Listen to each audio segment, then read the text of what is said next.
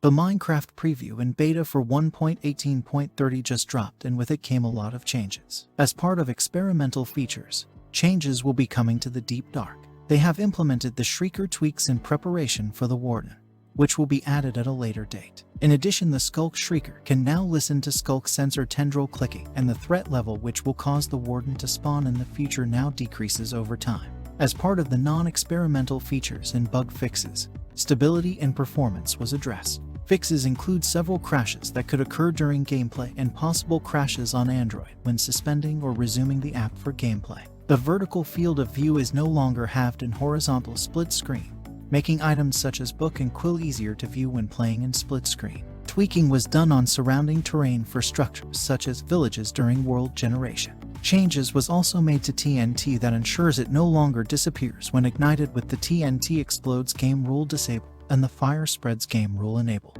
Lastly, gravity-affected blocks now fall on top of snow when placed above it instead of hovering over it. Vanilla parity also received a bunch of fixes, starting off with when players fly in creative mode.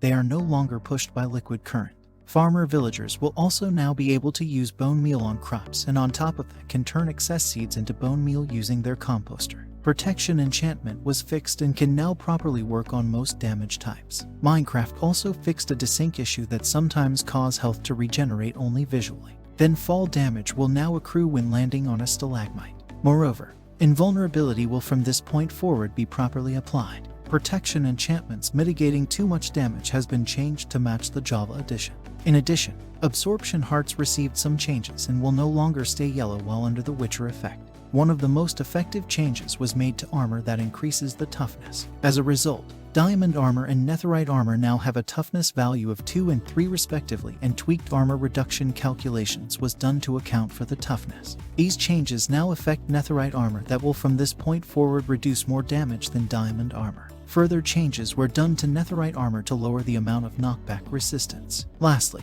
punching now deals less damage and will match the Java edition.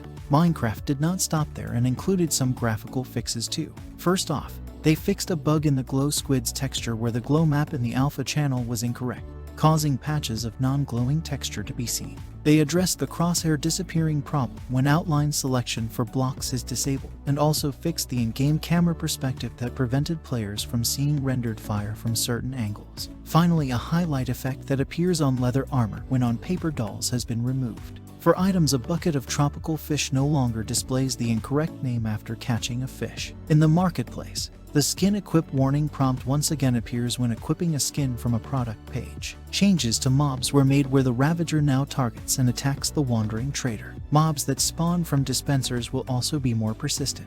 Then shulkers will no longer like to occupy the same block as another shulker. Another change involving shulkers now prioritize them attaching to neighboring block faces before trying to teleport away. As a result, they will now stay attached to the current attached block face if it is valid instead of switching to an upright position. Changes to the user interface include fixes to text and certain languages not being correctly rendered in the Create New World screen. For villagers, cartographers now always unlock the Woodland Explorer map trade. Changes to commands involve the correct error output and displays properly when attempting to use the loot spawn command when passing in the position of an unloaded area where there is no loot to drop. Lastly, title commands fired before a client where done joining will now show instead of being ignored. These updates are all part of Minecraft preview and will be coming to Java soon.